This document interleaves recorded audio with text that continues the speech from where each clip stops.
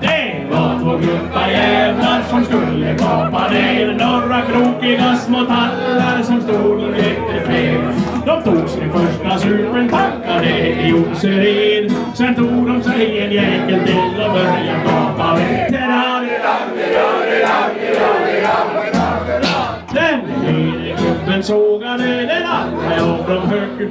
Sen sa han, men du Nisse, ska inte vi ha en liten grogg?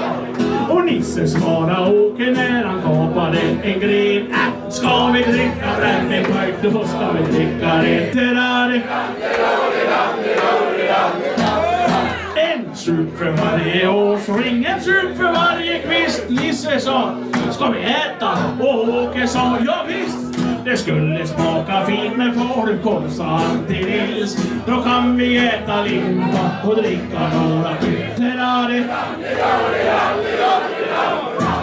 Så de vingade efter vägen och när de sen kom hem, då öppnade Nisse kylskåpet och tog falukorven. Och grannarna de klagade och blåröken den låg. Så tätt när Nisse kapade falukorv med motorsåg.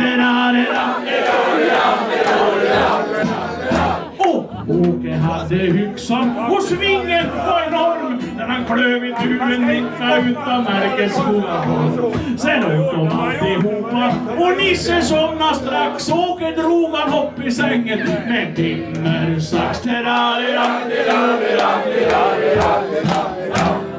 Nu ska ni få höra, ty här slutar nu min bit. Han ska aldrig med en motorsåg om du har druckit sprit.